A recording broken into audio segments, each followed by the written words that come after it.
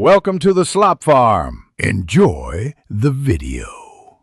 You start by confirming firmware and drivers because low-level updates eliminate negotiation delays. Plug your keyboard and mouse via a direct cable or a high-quality adapter. Wireless introduces jitter. Once done, open the Xbox Accessories app or enable developer mode on the console to accept external input and map keys. You want raw HID pass-through when available. That reduces translation layers. Make sure power settings on the adapter and PC are set to prevent sleep.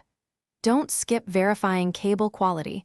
Latency often. Next, you configure polling and pass-through to minimize buffering.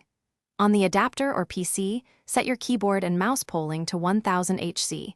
Higher polling reduces input-to-frame time.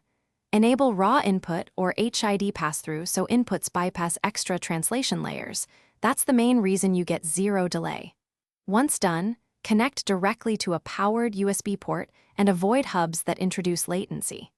Also, turn off any Bluetooth radios and background utilities that intercept keystrokes because they add unpredictable delays. Finally, you verify and optimize to reach near zero delay. Test input latency using in-game counters or a simple external latency checker. Measure before and after each change.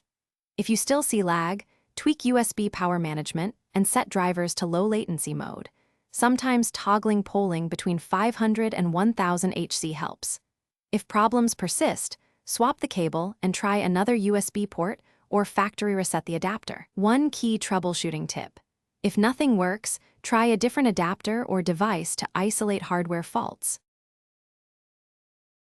Thanks for watching. Consider subscribing if we helped you today.